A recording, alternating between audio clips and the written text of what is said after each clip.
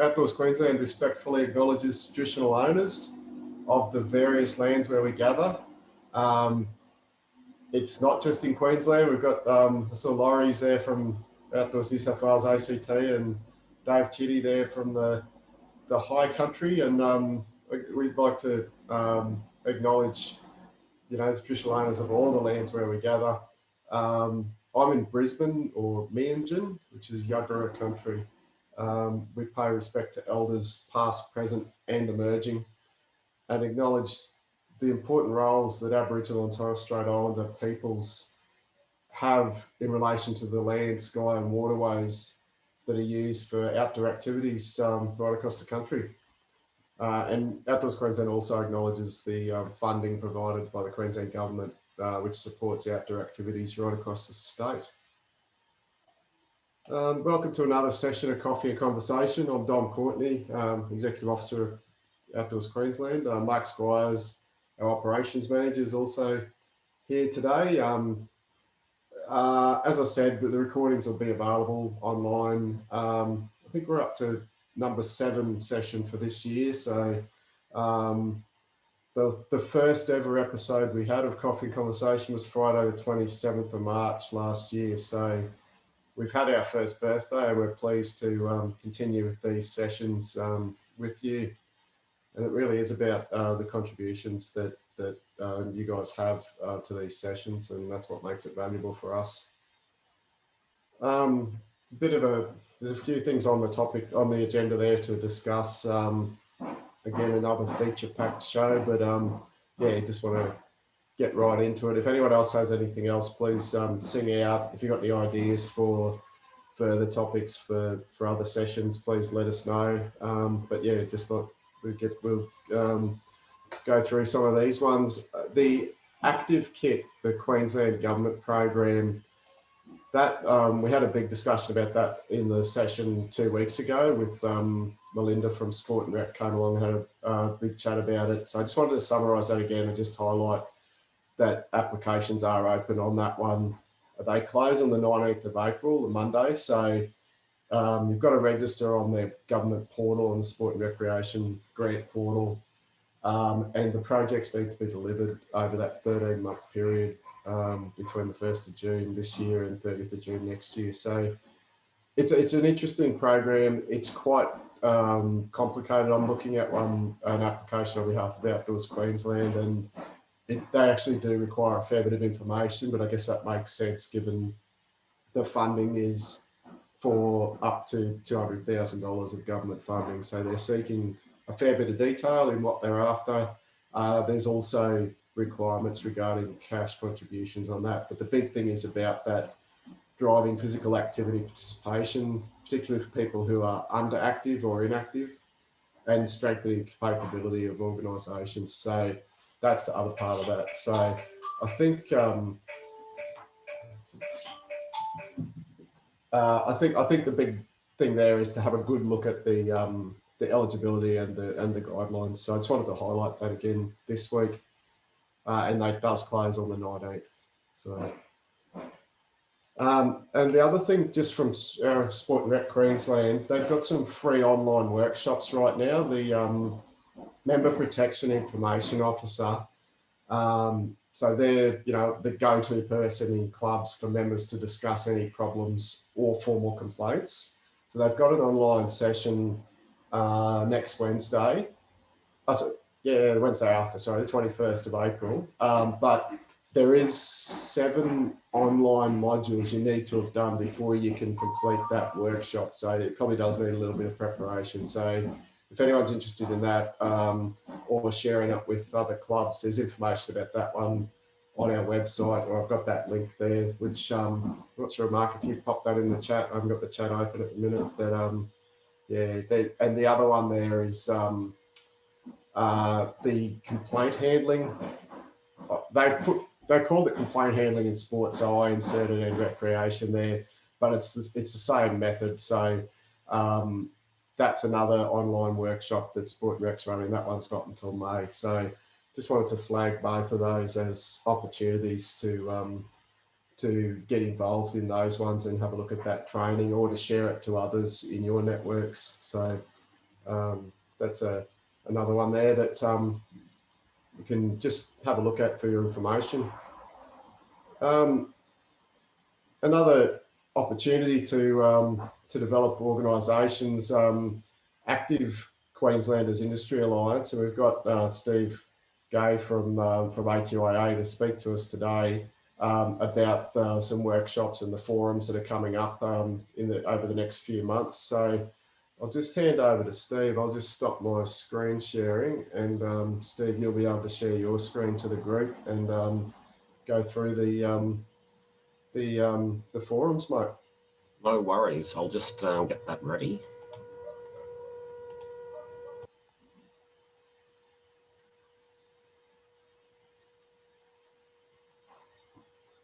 Okay, can people see that screen?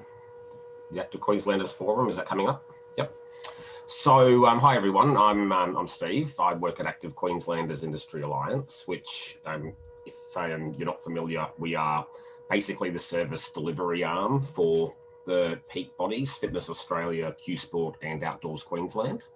And we're going out on the road for the next few months to deliver completely free industry professional development workshops and volunteer assistance workshops, as well as having a whole bunch of meetings with councils and other agencies as we're out and about. So Dom offered me the opportunity to just let you know about it, and also to then after this morning, I'll send to Dom an email to circulate to everybody with the links to the landing pages for how people can register to attend any of the events, and to ask for your assistance in spreading the word.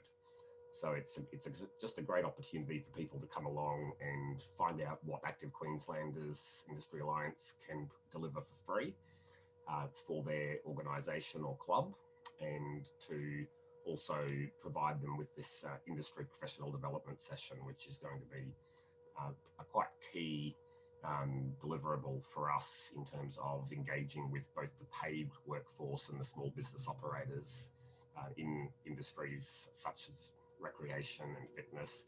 And then in the evenings, it'll be more the volunteer side of things. But I'll just run through some of the slides. So you can see we've got quite a lot of sessions that we'll be running across the state, and all this information will be coming to you by way of an email with a link to where to find all this. So you can write down the date of your local one now if you see it. Otherwise, look out for an email that's coming.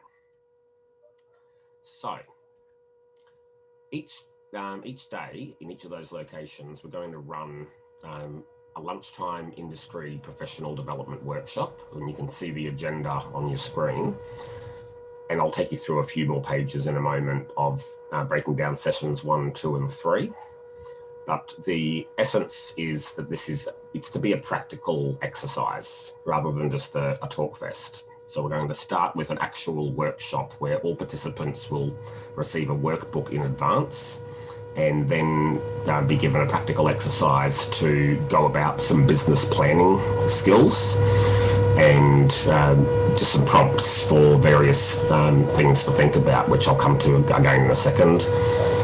You'll see that we'll then be doing a group think tank. So in part of our role as Active Queenslanders Industry Alliance, we provide the industry skills advisory service for fitness, sport, recreation and racing to the Queensland government. So there's a small session to update the industry on some of the latest information in that regard, and the Department of Employment, Small Business and Training will be attending as well in that regard.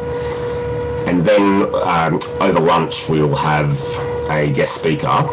Now, he's from the fitness industry specifically, but it's about running businesses in our overall industry. So that's Roger Westerman, and I'll just come to his screen in a moment. So the first session, business planning, it's about planning to prosper. So everyone will receive a workbook in advance. They can bring that along, or we'll have copies with us on the day. And everything you see on the screen are the features that we'll be taking everyone through in terms of planning. And The business health checklist is probably really the most thought-provoking part of that session. So everything, as you can see, from the generic health and well-being, right down to identifying and honestly assessing your own financial position. What are your systems? What's your staff situation? What is your marketing plan? What type of partnerships and networking, and what type of other support you may be able to tap into. So that's going to be a real hands-on exercise at the beginning of the industry session at lunchtime on each of these forums. The industry advice and feedback session, as I just mentioned, will be about having a group think tank and some consultation with the Department of Employment, Small Business and Training. But then there's opportunities for each of the peak bodies, including Outdoors Queensland, to get sector feedback, because it's not about Active Queenslanders Industry Alliance going out and talking to people. It's about actually finding out, well, what is the lay of the land in Toowoomba or the Gold Coast or Caboolture, etc. So that's a key session to be able to represent any of your stakeholders, any of your members, any of your clients. And we especially want to hear that, because that also assists the peaks and Active Queenslanders Industry Alliance to represent those views when we're in meetings with government. The guest speaker that we've secured is Roger Westerman, as I mentioned. Now, he's been a senior executive in a lot of major fitness businesses, such as Fitness First, and he will go through some hard-hitting business information for everyone, so from his perspective. So that will be a very interesting session to have over lunchtime. Then in the evenings, we're going to pivot to talking to volunteers after work hours. And you can see on the screen there are going to be 4 sessions. And the 4 main things that seem to be the standout areas of interest for volunteer organisations are what we've selected here: finance management, sponsorship, volunteering, and being grant ready. So we will have guest speakers for each of those. A couple of them will be zooming in, and a couple of them will be with us in person on the day.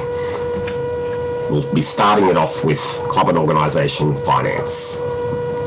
Terry Dillon, we've been working with, and some of you may have been on some of our webinars last year, or potentially even on Terry Dillon's webinars that he does directly. But we'll be having him join us to really go through tips and tricks for how to make running club finance, organisation finance and business finance easier, and to access the tools that we can make available to your organisation, so that you're not reinventing the wheel or getting overwhelmed in the management of finance. And he'll touch on fundraising and sponsorship, which is a perfect segue into our next session of sponsorship. And we've been getting out and about trying to meet different organisations that have products and tools, and one that we've come across that is at no cost and no contracts is this particular one called iSponsor. So that's just going to be a brief introduction to what iSponsor is all about, which is essentially a phone app, and it's a direct revenue stream to the organisation or club if its members or supporters make any of their regular day-to-day purchases at certain businesses, and there's a percentage trail fee that goes straight back into the club or the organisation, and it's basically money for nothing. So that'll be an introduction to how you get, other than the only real work involved is to get members and supporters to understand it and to sign up, and you can just drop out at any time if it's not working for you. Volunteering is consistently coming to the fore as a difficult area to manage, particularly after the COVID year, where a lot of volunteers went off to other organisations and trying to get the volunteers back and make life easier for both the volunteer to sign up for task-based volunteering as opposed to signing up for a year-long executive role, plus the scheduling at the organisation or club level is something that we're hearing a lot about.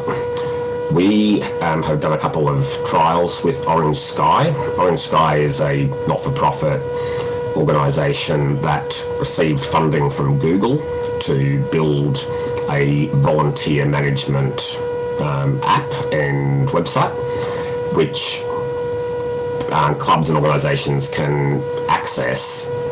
It's a month-to-month contract, so it's very cheap, but it is you do sign up for a month at a time, so you can give it a trial, and we'll probably buy a whole number of licenses and put them out there for organisations and clubs to use. But we just want to give you guys the opportunity, if you're at any of these events or watch the videos of the events, just a bit of an explanation of what Volabee is all about. And then everyone's favourite topic, grants. So David O'Leary is the in-house Active Queenslanders Industry Alliance grants guru. He's one of the standing services that we provide at Active Queenslanders to allow people to have free consultations on various topics, which I'm going to come to in a moment about the other ones. But David's going to be on the road with us, and we'll be talking about how to be grant ready. And his main theme is not to sit and wait for a government department to open a grant funding program, but to imagine if your organisation won the lotto, how would you spend it? And what would you need, what paperwork would you need to have ready? And so being grant ready is all about, okay, here is a checklist of things that you need to do to make sure that when the opportunity arises, and it might be a funding opportunity that's only open for 4 weeks, as Dom was just talking about in terms of the Active Kit program. It kind of just opened, everyone's got 4 weeks over the Easter holidays as well, which is not convenient, to suddenly get all of their application put together. So being grant ready is very, very important, and David is a grants guru in that regard, and everyone can have individual consultations with David completely for free through Active Queenslanders. So this is an opportunity to get an overview, but then also to book an appointment to talk to David about your own organisation's situation. That's it in a nutshell. I'm going to send an email to Dom to circulate, and please share that far and wide so that we can get as many people to come along as possible. We will also have a brief session at the beginning of each of the forums just to explain what Active Queenslanders Industry Alliance does. So as I said at the beginning, we're the service delivery arm of the peak bodies of Fitness Australia, Q Sport and Outdoors Queensland. And we provide for free things like access to an online training and resource hub, which has over 20,000 resources, templates, videos, things like how to be a treasurer, how to be a president. It goes right down to having position descriptions for that. Or ways you can set prompts for AGM management and reminders to send out meeting notices and various key tools like that. And also free consultations for things like grants, legal advice, volunteer and employment management, so basically HR, and subsidised access to strategic and financial planning workshops. So there's a whole bunch of services that people can avail themselves of, and all you have to do is jump onto that website that's on the screen, aqia.org.au, create a free account on the website and book in for events or request a service or offer. So that's all I have, Don.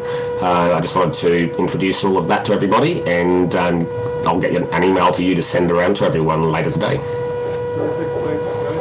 And Mark's just shared the link to the website in the chat as well. Oh, brilliant. That's all good, and yeah, thanks very much, mate. And thank you for joining us to talk about those ones. And then the other one that people may not realise, it was AQAA, but there was also the training in relation to the COVID officer training that AQAA rolled out very quickly last year, which was really greatly appreciated. So I know a lot of people did that training. So yeah, thank you very much for that info, and we will share some more info about the forums as we go along. Thanks, mate. I'll go back to sharing my screen.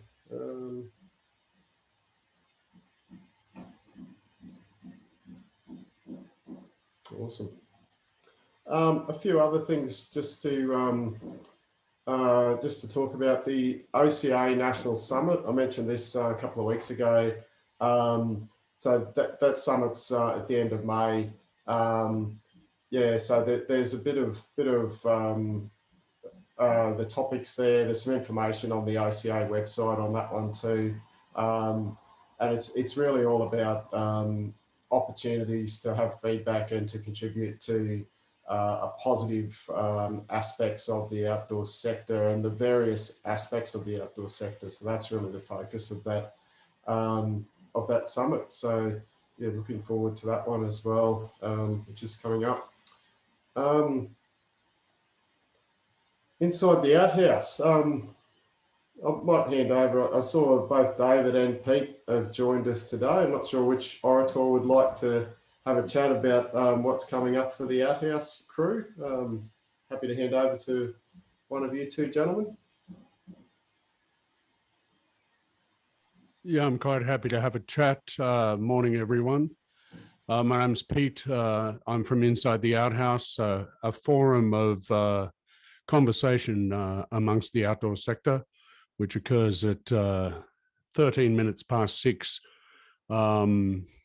Eastern Standard Time, now that we've all given up daylight saving. Couple of exciting things, and I won't keep you too long. On the 4th of May, Inside the Outhouse has the privilege to present to the ARE, which is one of the peak bodies of outdoor education and outdoor recreation in the United States. And we're being involved in a webinar with those folks, talking about the work we've done in the outhouse and a few other things. So if you've got some time at 6 a.m. on May 4th, then we'll be talking to the Americans about the work we do. Thanks very much. Join us in the outhouse on the 19th is our next meeting. Thank you. Bye. Thanks, Pete. And yeah, as I said, I actually missed it this week. I was a bit confused. I thought Monday was Sunday and didn't even realise there was an outhouse session this week. So yeah, public holiday confused me. So thanks, mate. And yeah, we'll look forward to joining the next one. Before I move on, Laurie, did you want to mention anything about NOAC coming up? I know that there's been some developments there in relation to NOAC and the registrations. Did you want to have a quick chat about that one? I haven't got a nice fancy slide for you, but you've got your background. You notice I could have given you one. Yeah. Exhibit A. That's fine, John. Thank you.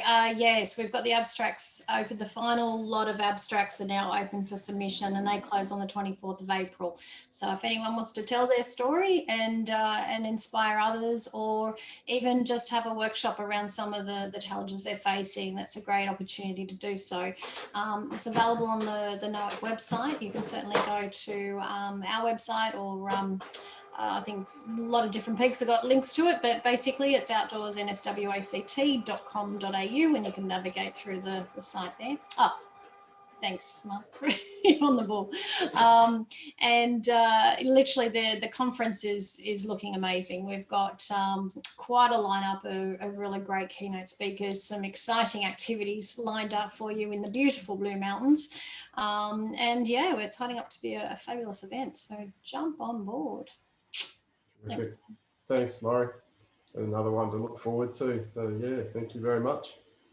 I and speaking of things to look forward to, the Southeast Queensland Mountain Bike Forum, which Outdoors Queensland is hosting alongside Oz Cycling. So Oz Cycling is an amalgamation of Mountain Bike Australia, Cycling Australia, and BMX Australia. So we're running that one at the Sunshine Coast on Friday the 30th of April, a forum, plus there'll be some rides and site visits on the Saturday the 1st of May. So registrations are now open.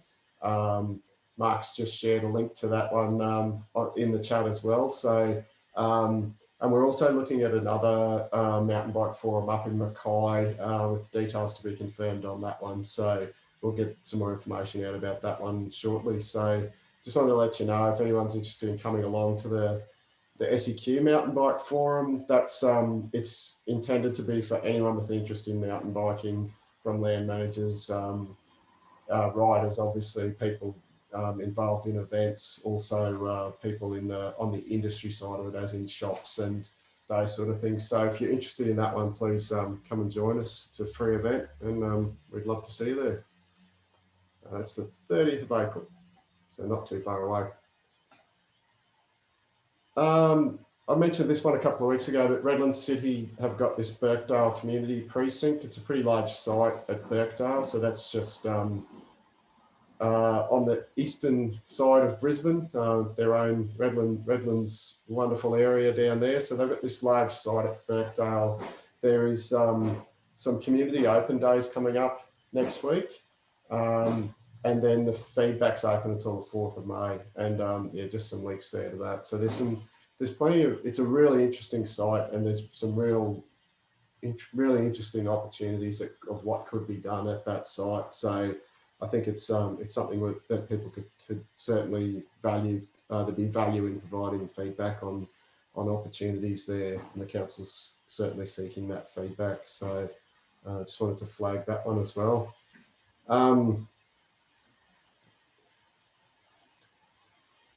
We mentioned a couple of weeks ago about... Excuse me, Dom, can I just jump in for a second?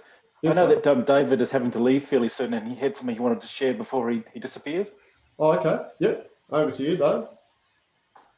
Yeah, thanks, guys. Yeah, I'll try and attend more often. Yeah, now that Fridays aren't so busy. There's been a lot of discussion in various forums about leader ratios and various other, safety and risk management and issues. And recently, last week, I started a discussion on the Facebook forums, of leader forums and stuff, about group size, both in the outdoor, in a field environment and, say, a camp environment.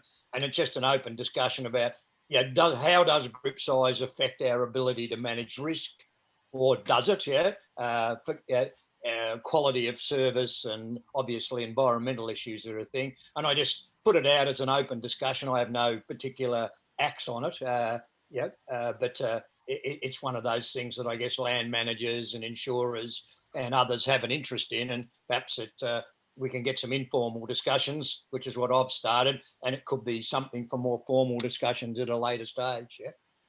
Okay, it's a good discussion point, David. Thank you for bringing that up, because I guess it's one thing to have a set number of leaders per participant, or per number of participants, but that also is what's the total group size that is appropriate or isn't appropriate in some different settings too. Yeah, well, I mean, if you've say got, you might have 5 leaders, but if you've got 5 leaders and 50 kids, at a camp or at an activity, at what stage do you actually lose control? Is it 50, 40, 30, 20? I mean, it's an open concept thing, and it depends on what you're doing, but there is a point past which big is too big. Yeah, it depends on what you're doing, where you're doing it, who you're doing it with, and who else is involved, whether there's public or whatever. So it's a complicated area, but thank you for bringing that up. I saw Andrew Grant just asked what Facebook group it is, and Pete just said that'd be a great outhouse topic. So there's certainly some interest. So what Facebook group was it on, Dave? I put it on all of the leader ones, the Bendigo Outdoor Leaders, Australian Outdoor Leader, the freelance, all the leader discussion groups. So I put it on half a dozen of those. I think most of the discussion has been on in the more academic areas, the outdoor education type stuff. Yeah. Okay, lovely. Thank you for that. Yeah, and it sounds like Pete's keen to explore it further in the outhouse session as well. So that might be a future option as well. So that sounds really good. Yeah. Terrific. Thanks, Going to mate. head off. I'm sorry. Thank you very much. It's always valuable coming to these things, but we run out of time. Yeah. Thank you for joining us, mate. And you can just drop that one here and leave. So well, give us something to think about. I'm going to run away now that I've thrown another grenade. Yeah. No problem. See you later, bye. Thanks, Dan. Bye. Bye. Just going back to say, yeah, that is a good topic. It's an interesting discussion point too. I think an outhouse session on that would be a really interesting one. Just on those workplace health and safety inspections about the zip lines and particularly flying foxes. We had a bit of discussion about this one, and these inspections are still going on as I understand it. So yeah, we haven't had a lot of any correspondence directly from Workplace Health and Safety Queensland, but I just wanted to flag that as well.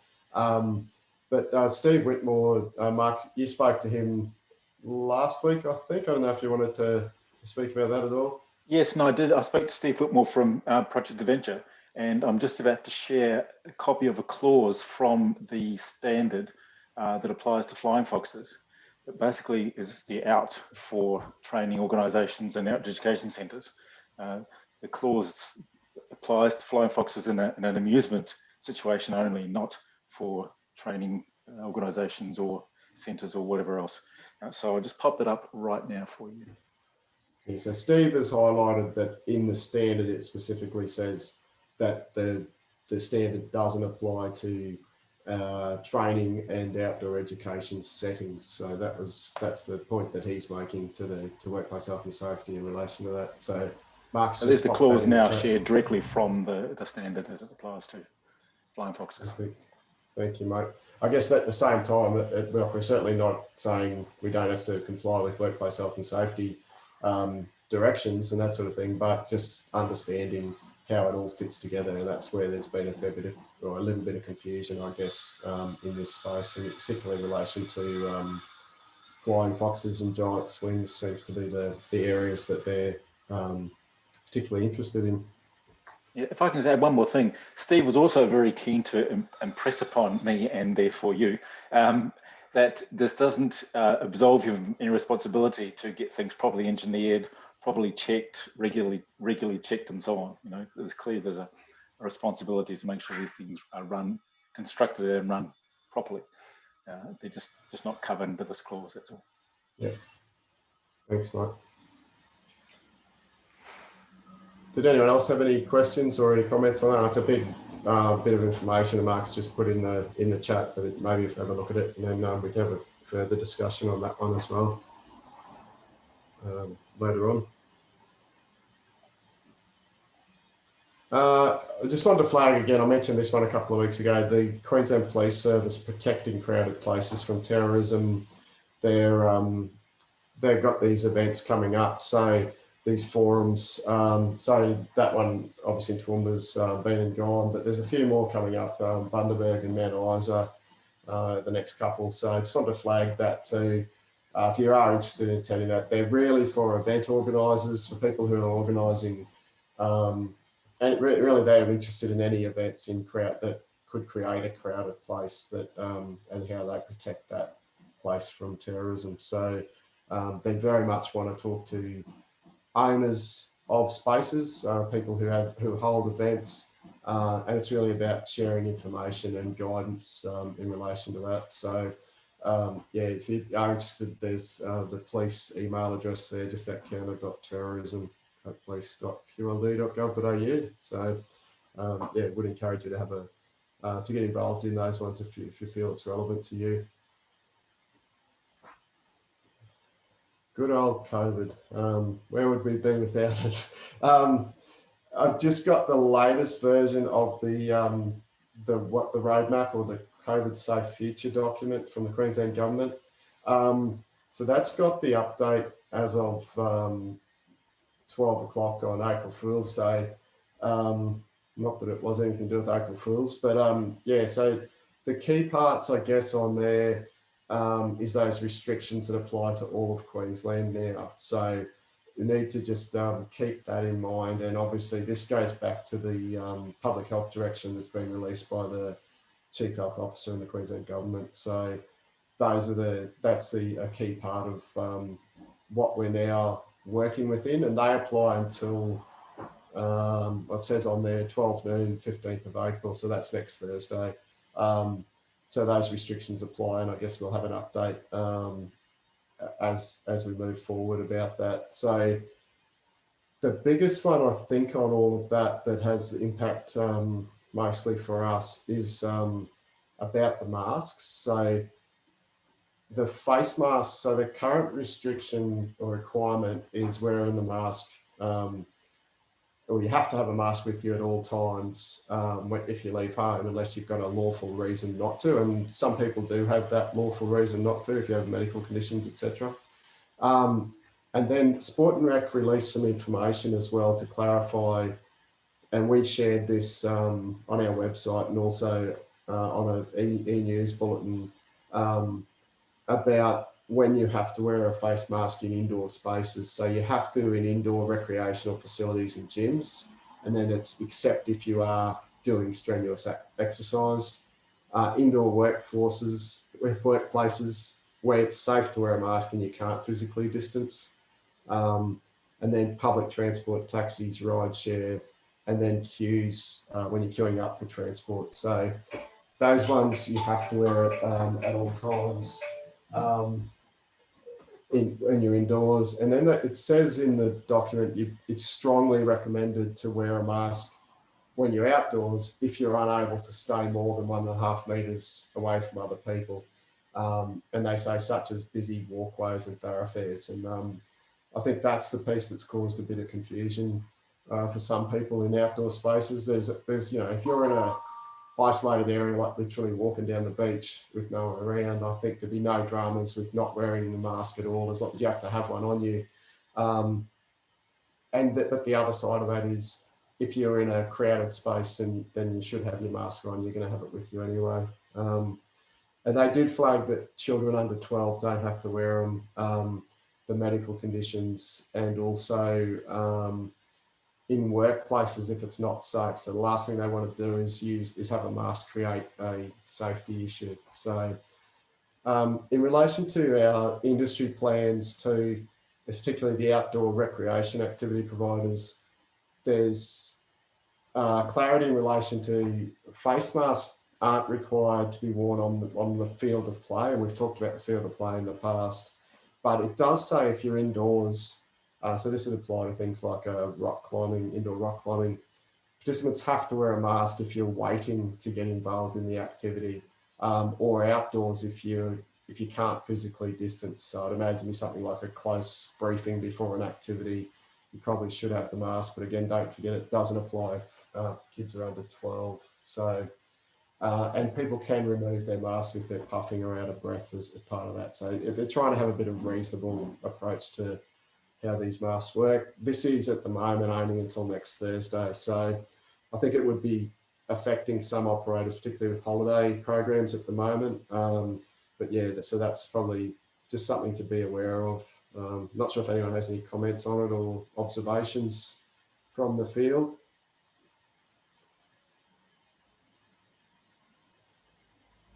No? I'm happy to I was move just it. going to say, like, schools have that exemption for mask wearing, but Yeah. it's a bit vague as to whether it applies when they're not in their school communities. Yeah, I was under the impression that if they were on a field trip, etc., particularly high school, obviously, because it's kids over 12, then they should have the masks. But I haven't seen anything from the Department of Education or anything either way on that. So have any of the schools said anything to you? I guess it's with school holidays at the moment, it's not such a big deal. No, it's more that we've had groups that have teachers present, and when we've attempted to get them to wear masks, they're like, but we don't have to at school. So yeah, I think the safer assumption is that we're operating under a different industry plan, and Therefore, mask wearing should be encouraged. Yeah, exactly. And Tanya's just flagged the local public unit said the children had to wear masks even when in the field of play if they cannot distance. So yeah, it does say that if you're outdoors where you can't physically distance, that's one of the things Sport and Rec put out. And Peter's just put on water activity, sailing, kayak, don't need to wear it, difficulty to have one with you and keep it dry. The other one on that, Peter, which was flagged was if you capsize or fall in, you don't really want a mask there stopping you from breathing. So there is different, that's that safety risk again, I suppose, if that's going to cause another issue. So I think that's another part of it as far as understanding what's reasonable. And again, yeah, it's when you're on the field of play, it's fine unless you can't physically distance. So yeah, and a wet mask doesn't work very well. So yeah, thank you for that. All right. Our industry plans, which Andrew just touched on, there are some changes. Sorry. Can I take you back to that mask very briefly? Yeah, Peter. Tomorrow we have a sailing and kayaking activity under the industry plan. When we're on the water, the social distancing is relaxed because that you physically can't fit people on the catamaran and sail. Now, the challenge is, are we supposed to be wearing a mask on the water while we're sailing? And if we are, then it's not safe because you can't breathe through it when it's wet. Yeah, I think that's the thing, right? It's that, like the chief health officer has said that she doesn't want a mask to introduce a safety issue. So so she's basically said like everyone has to have a mask, but she said where it's reasonable, particularly while you're outdoors as well. The risk is lower anyway. So that's the piece. I think it's what's reasonable to take on in that space. So yeah, I don't think it's there'd be any dramas, but all the participants would have to have a mask, probably in a Ziploc bag or something on them if you have to have that if you leave home anyway, really, unless you have one of those exemptions. Yeah. The trick is keeping it dry on the water. Yeah. Just so like everything else. Carry it with them on the water. How do you carry it safely? Yeah. And don't forget too, if you're actually sailing or actually kayaking, then you're doing the activity. You're, as Don said, you're on the field of play. Therefore, they're not required. Yeah. Yes, you're right. Yeah, and that's a big part that we have. We've got the industry plan, which is also about keeping people safe. A lot of the directions from the general directions, they're really about people who aren't in that under the other protocols that apply to the industry plans. So I think that's just about the general public as well. So we do have the extra protection of the protocols that apply under the industry plans, which is terrific. And that's in large part thanks to all the organisations that have implemented those industry plans so well that the Chief Health Officer has a lot of confidence in them. So as I said, industry plans, they are still being updated and I haven't heard any more. I have a feeling that Queensland Health's been a little bit busy dealing with that outbreak and the lockdown. So I don't think anything much has happened. I sent an email the other day. I haven't heard back about any further progress on the updates to the industry plans. So still waiting on that, I'm afraid. We will let everyone know as soon as the changes come through. As we said, the outdoor education providers, that's where we've requested those changes, which we've been talking about now for 4 months, I think. So it's a difficult process. It certainly hasn't dropped off the radar, but it is something that we need to keep on top of. But I suspect it's purely that there's been a lot going on in Queensland Health's world in the last couple of weeks or last few weeks. So it's a bit of a challenge there. I guess other than, sorry, I didn't really read that stuff out, but the ones that we have had, in relation to the outdoor ed plan where instructors are able to provide services to different groups.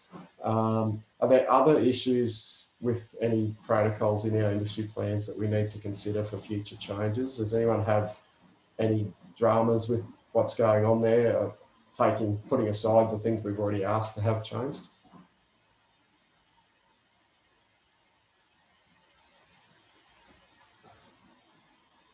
No. Tanya's just run, given we're serving food, should we all be using the Check in Queensland app? Yes, I meant to highlight that earlier. Sorry, Tanya. I will flick back to it. On the roadmap, it does have the Check in Queensland app there. So that is, it's going to be mandatory, and it says for hospitality venues, and they give the example of pubs, clubs and restaurants from the 1st of May. The use of that app will be mandatory.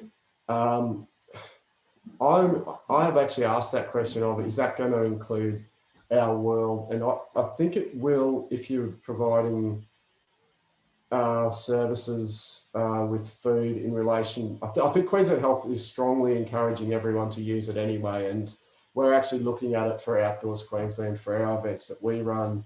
We're looking at using that app for people to log in, and I think it's probably something that is going to be preferential, partly because none of that information is stored with a third-party provider. I think the Queensland Health then has automatic access to that information, so they don't even have to come to the organisation to get it if you're using the Check in Queensland app.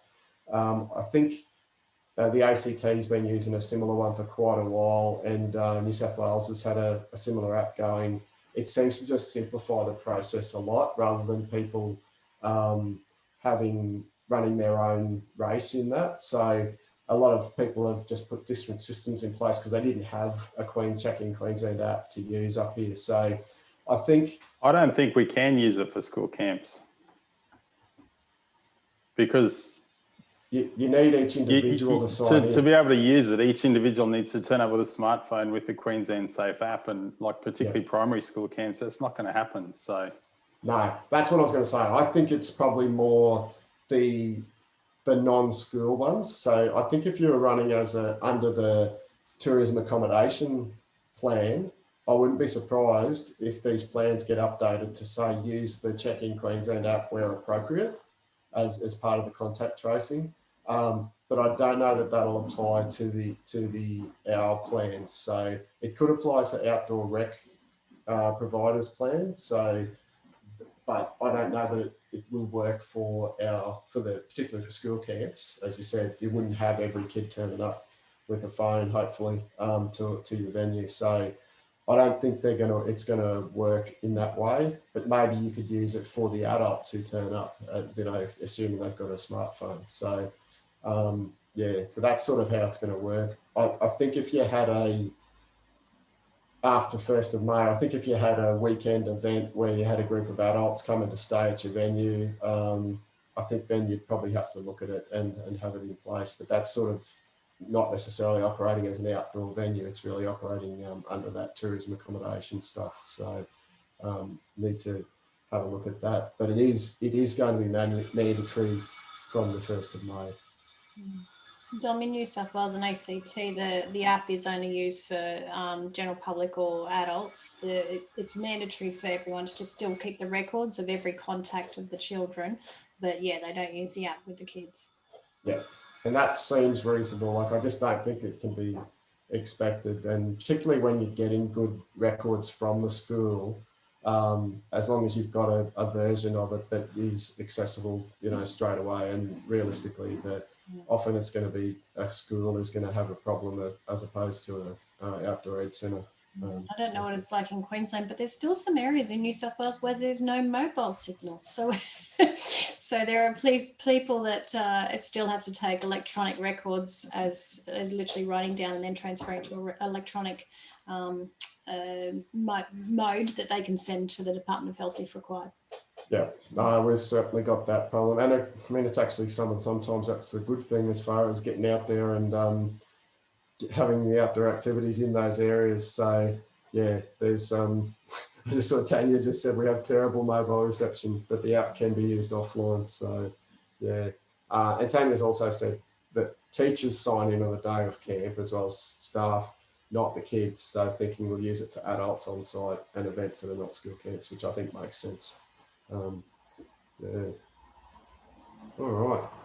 And thank you for bringing that up, Tanya. I did have it on my list of things to talk about, but I sort of flicked on through. Just put that DTIS sport COVID-19 etc. email address there. That's for weird, unusual things that you need clarification on.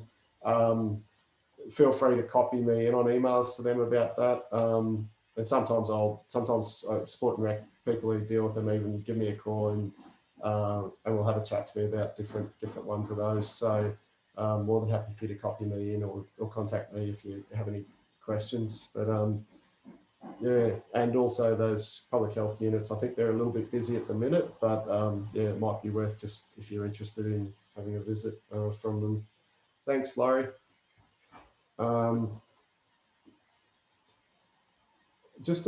We've always got the COVID safe events topic there. Obviously, it's quite relevant to outdoor events, but just remember that the Queensland Health changed. They updated the public health direction, so there's some changes in relation to camping in relation to outdoor events, particularly. So, and also the numbers of participants at outdoor events that you can have without having to submit a COVID safe plan or do the COVID safe checklist. So they've actually relaxed it quite a lot in relation to events that have camping and those sort of things. So we also shared the recording to that webinar that the Department of Tourism put on, and they had Queensland Health at that as well. So Mark, you shared that, I think last week or the week before.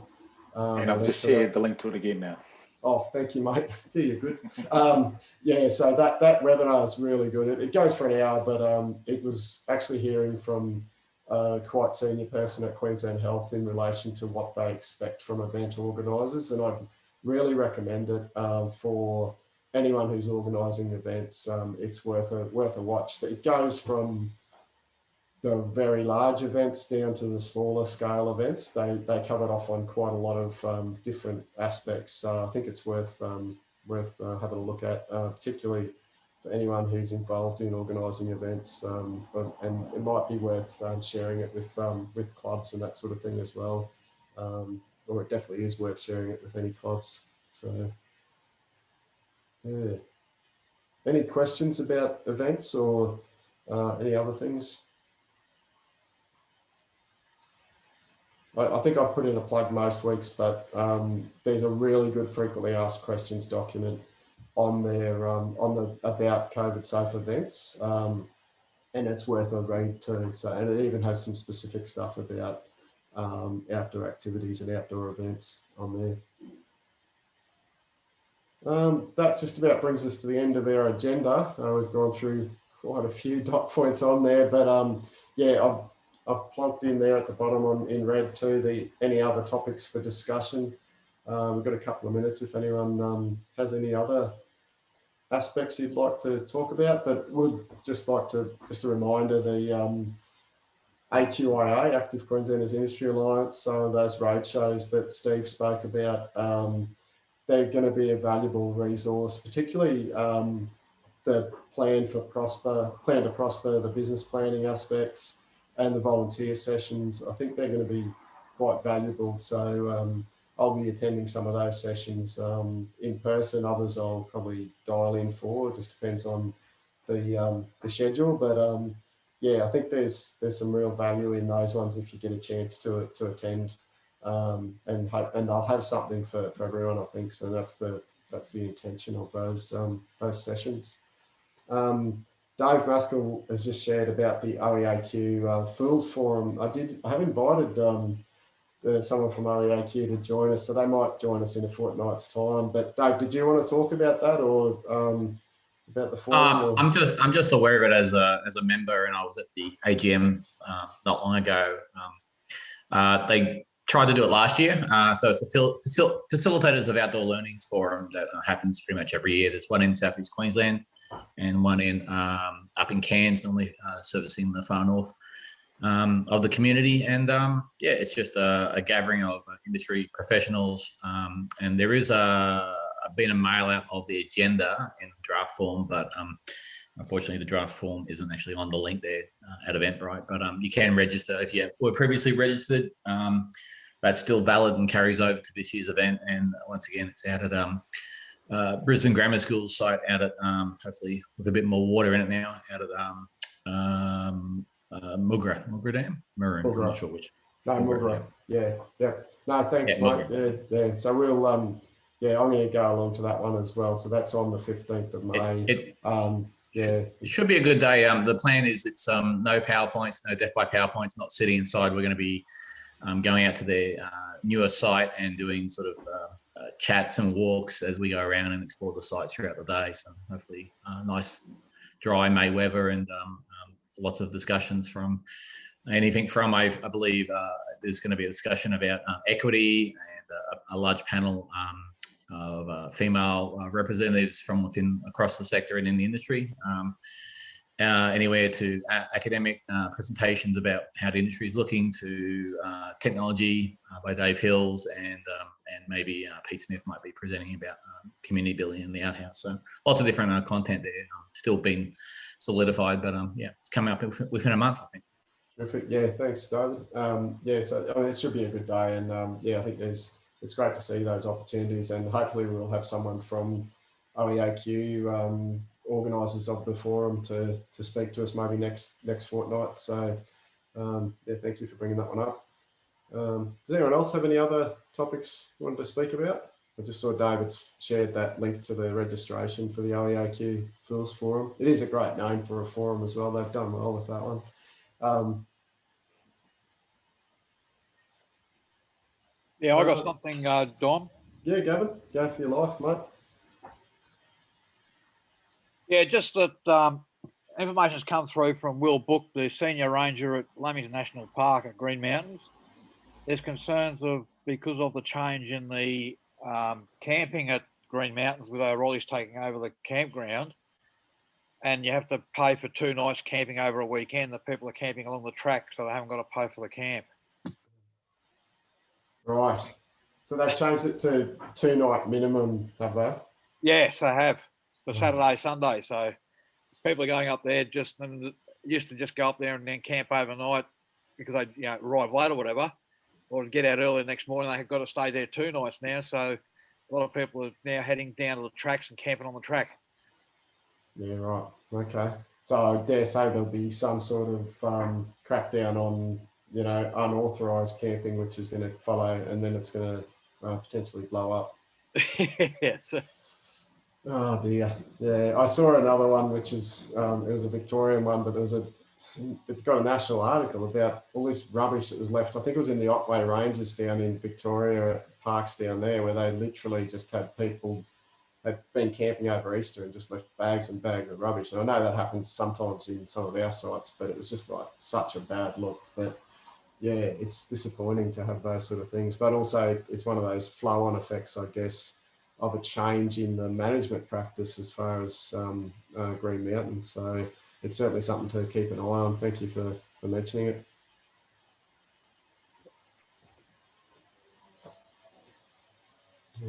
Yeah. Look, I think we're just about come to the end, just about our hours up. So thank you very much for joining us, everyone. I do appreciate the feedback and the contributions that you all make. I was listening to a podcast this morning, and at the end, the fellow who presented it, he signed off with, look after yourself and someone else if you can. And I thought it was a really nice way to finish off. So I'd just like to say that, look after yourself and someone else if you're able to. So thank you very much, and see you next time.